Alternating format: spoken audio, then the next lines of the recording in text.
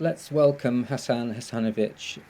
Hasan is a survivor of the genocide in Srebrenica, and we're very grateful for you joining us today because it's been a big day for you at the Srebrenica Memorial Centre. Can you tell us a little bit about what's been happening?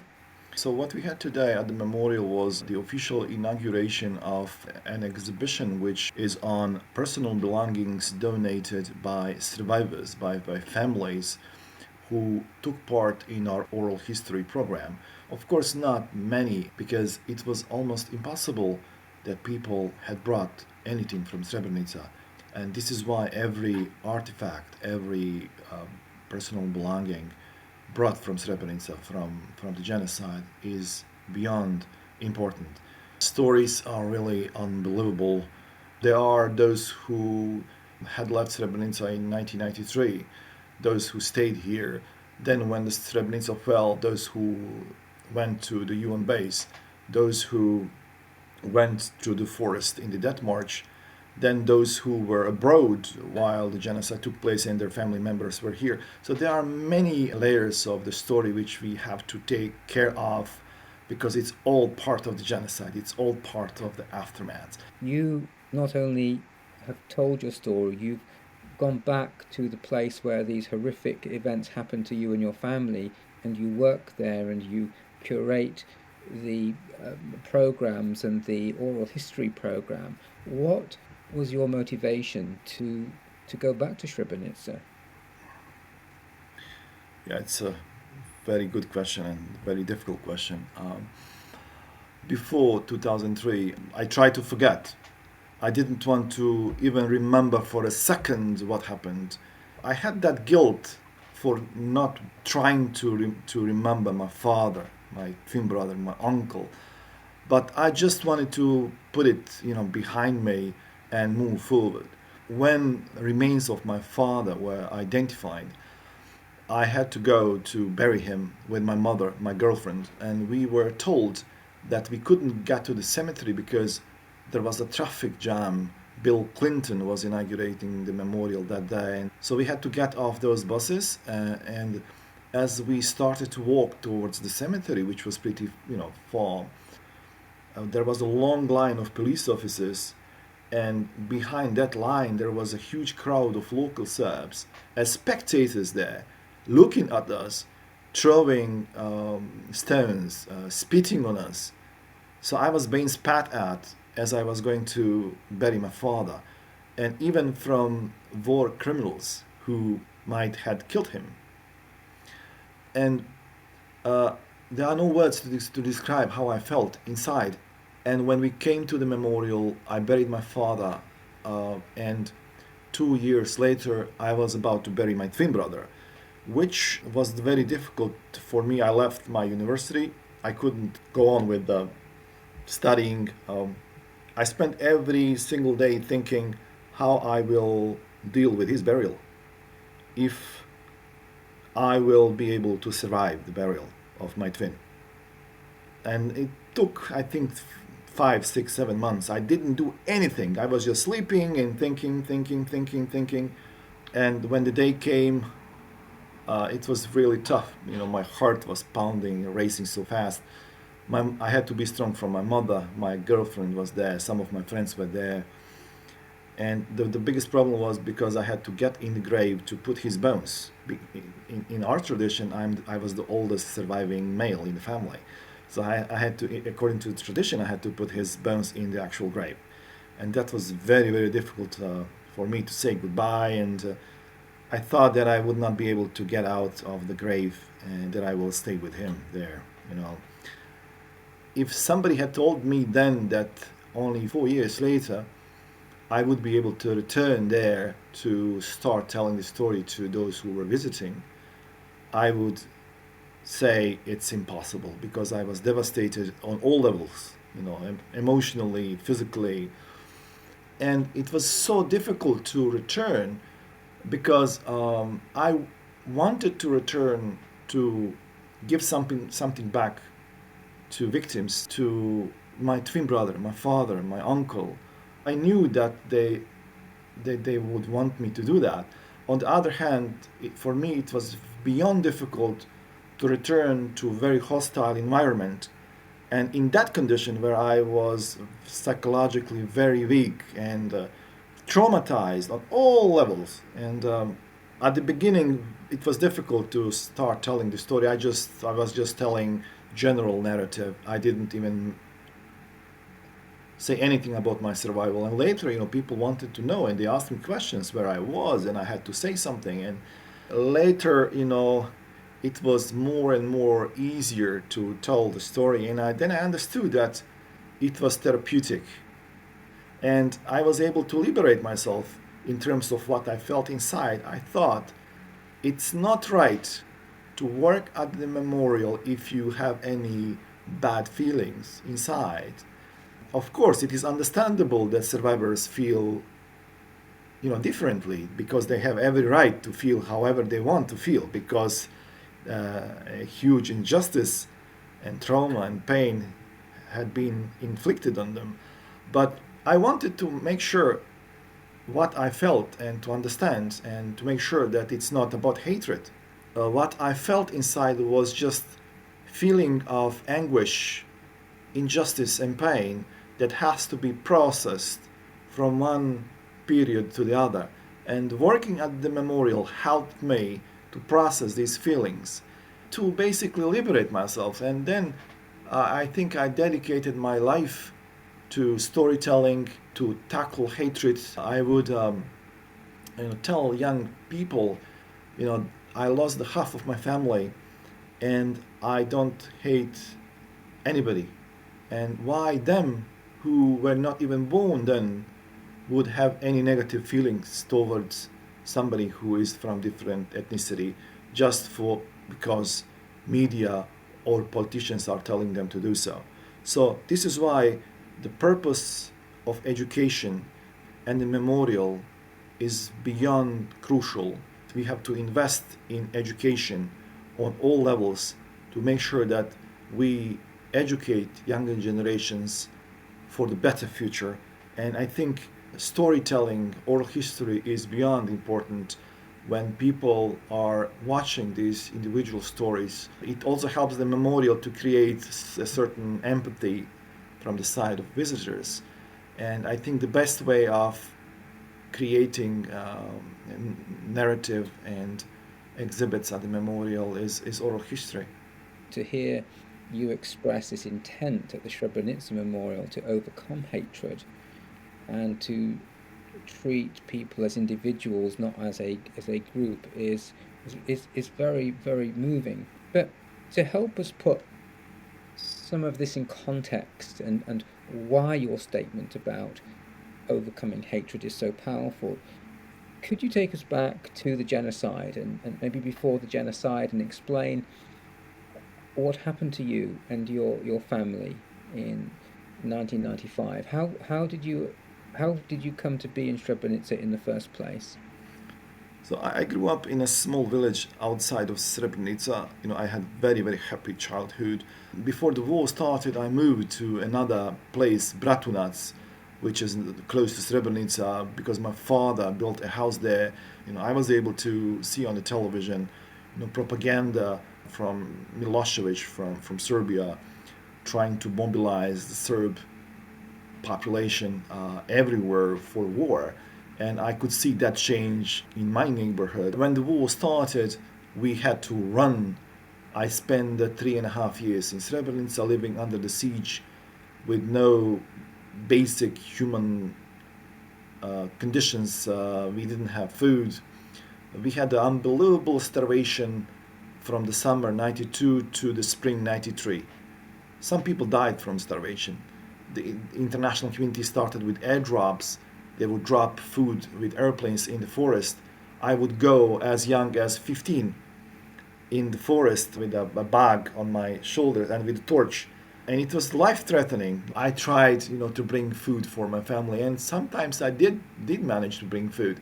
And I was very proud because, we all want to see in our father's eyes that they are proud of us, Right before proclamation of Srebrenica as a safe area, I survived a massacre at the playground in Srebrenica where 74 mainly teenagers were killed and over 100 people were wounded because of the shelling. So this was the first big trauma for me, and I could not even imagine that later I would have to go through much worse surviving the actual genocide, which actually happened on the July 11th.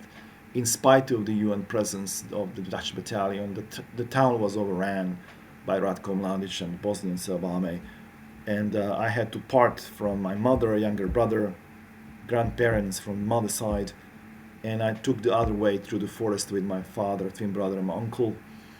And at the very beginning, and as they started to shoot, I lost the sight of all of them and never saw them ever again. And I was on my own for other 5 days, 5 nights, being hunted in the forest. No food, no water. Even water was a big problem. I could not sleep because I was afraid that everyone will go and leave me. And I didn't know where to go because I was lost in the forest, because I was 19 years old and I didn't know where to go. We were constantly being hunted by soldiers, by military dogs. They were shelling, shooting at us from heavy weapons. Only at night they were not shooting because they didn't know where to shoot. But the lack of sleep was killing me, and sometimes I was losing my mind. I saw soldiers running towards me, and I managed to escape twice. I saw them shooting at me from very, very close range. There were many situations where people were being killed and wounded, right in front of me, where we would be shelled, and where I remember once a teenage boy was hit in his foot, and he started to cry and he was bleeding, and nobody could help him there. Some of them tried to carry him. I mean, every day, every minute, every second, each one of those 5 days, it was a matter of life and death. And believe it or not, I thought that was just a bad dream. I could not even imagine that was happening to me. I said to myself, this is not real, this is not happening to me. It is impossible that this is happening to me. Because I think for genocide, it is impossible to be prepared as a human being.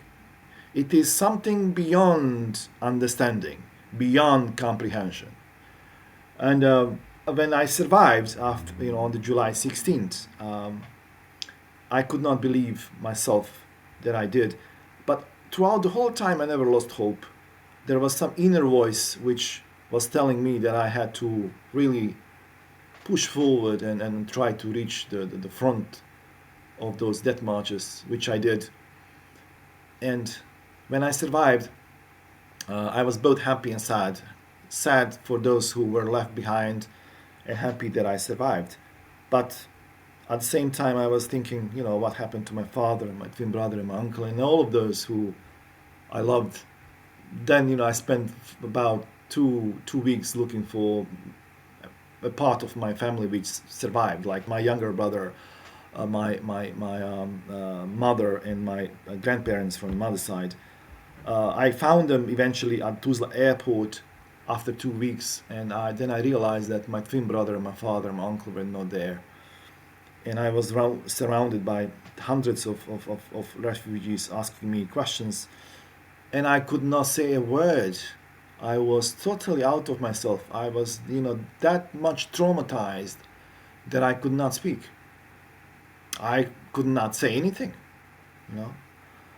And later, we had left the airport, and we were given an accommodation in a village by the lake.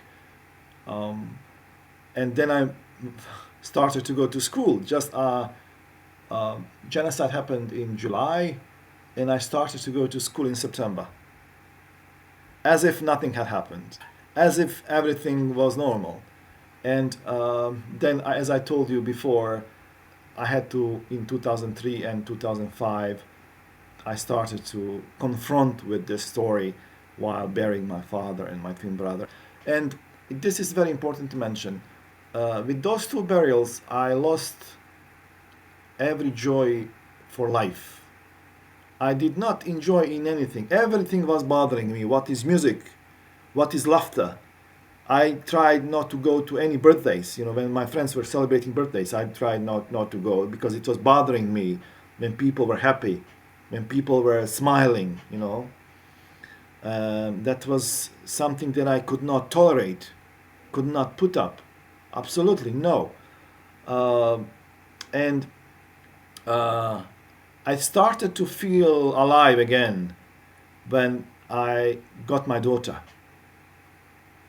Uh, What year was that? it was 2010. 15 years after the genocide. Yeah, because I wanted to make her happy, like I wanted her to be happy. And then I started to feel alive again, and then I had um, a number of very happy moments, and I think now I can enjoy in small things, and even now as I speak, it was very, very difficult. The story was killing me, at some point, and I understand how it is for survivors, when they tell the story for the first time, believe it or not, some of them think that they will die. That's how dangerous they think that it will be for them. Mm. Some of them think, if they tell the story tomorrow, they won't be able to move on with their lives. Something will happen Mm. with their, emotions. They will, Reignite the trauma. yeah, in terms of that, they wouldn't be able to control the trauma. And so I think, in my experience, maybe it doesn't apply to everyone, storytelling is healing. You live in Srebrenica now. What is it like living there? Is there still open hostility towards you and other survivors? In order to speak about Srebrenica, I will have to put Srebrenica in the bigger picture. What happened to me? What happened to those who survived the genocide in Srebrenica is institutionally being denied by Serbia as a state and by the Bosnian autonomy called Republika Srpska, which was created in January 1994 as a response to upcoming Bosnian independence. It was created by Radovan Karadzic, convicted war criminals, and his political party. And unfortunately, that parastate was legalized in the Dayton Peace Agreement, and now is the autonomy in Bosnia, where uh, war criminals are being celebrated as heroes, where the genocide and other war crimes are being denied, downplayed, minimized, where Bosnian Muslims are being treated as second class citizens. And ordinary people, whatever they see on the television, they think that is the only truth. So there is no a chance for them to develop any sort of critical thinking. So what politicians tell them to think, this is how they think. So they create sort of a collective memory, and then it applies on the ordinary people. And in Srebrenica, it does reflect on our lives. So if I, as a survivor, if I talk about July, my Serb neighbor will say, that never happened. You made it up. You never had your father. You had your twin brother or your uncle, your friends. And to me, it is stunning that they see this huge cemetery of almost 7,000 gravestones, and still they deny it because this is what the media told them, that it is all Western propaganda against them. Complete silence and denial on the top of that, and glorification, which is even worse. I mean, teaching young generations that war criminals are heroes, not war criminals. That it's really devastating for our future. And as survivors, we remember what happened, and we live with the consequences on daily basis of the past war. And it is beyond imagination that we would have to go through another war. Is the international community doing enough to respond to the current crisis? At the beginning, they were very weak in their response, But lately, especially from side of of the UK, we had a really strong initiative from politicians, from House of Lords, from House of Commons, and they really send a strong message to their allies, to the rest of the world, that the world should not allow another war in Bosnia and a repetition of another genocide. And what's happening now in Ukraine and Russia is really worrying for us.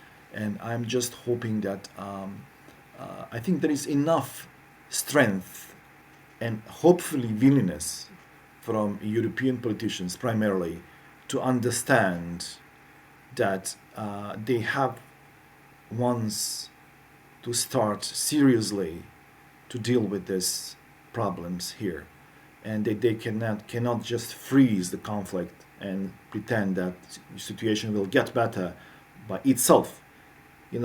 It's not working. Reconciliation is the most important task, and it should be a priority in our European integrations. If there is no that process, if that process is not successful, then I think all other processes should be on hold. What can those of us outside Bosnia and the international community and governments that may be listening to this now, what can we do to support the processes of reconciliation? Narrow the space for deniers and revisionists. European politicians and civilized world should not calculate with deniers, with revisionists, with those who are trying to take us back to the past. And it's very important that we emphasize sort of responsibility on every government in the region towards reconciliation, transitional justice, education. On the top of that is very important. It is unacceptable that children from Australia, students from Australia, are willing to visit the memorial and coming to visit the memorial, wanting to learn, and not students from Belgrade, which is like 3 hours from here. And why is that happening? Because of the government, because of this situation created by the Serb elites, not allowing them to visit because of those cool curriculums, and not allowing them to have any critical thinking on the past. So this can be changed if the proper political pressure is being exerted by those who are in power in Europe. And I think it shouldn't be a political bargain. It should be a process that we have to go through. And once it's over, we can really move forward towards a better future. We cannot and should not wait. Hasan, final word from you. If there was one message that you could bring to the rest of the world, a message for the world from Srebrenica, what would that be? So that message would be, if you have any doubts, listen to individual stories and just focus on those stories without thinking who that individual is, which ethnicity that the individual is, to focus on that individual as a human being, and try to understand that individual as an individual, and try to imagine how it would be for them if they would have to go through a similar experience. This is, I think, the key in trying to understand what somebody had gone through. Individual stories really can change the world or oral history, and have people to have more sympathy and understanding towards human beings, no matter on which part of the world they live, which religion they are, which color of skin they are. Hasan Hasanović, it's been a huge day for you as the head of oral history at Srebrenica Memorial Centre, and we're so grateful for you giving so much of your time to share your experiences and your wisdom with us today. Thank you. Thank you, James, for what you do with your organization and what you did for victims of the genocide in Rwanda, and what you did for the whole world. Because the crime of genocide is not a crime against one people, it is crime against humanity, against the whole world. Thank you.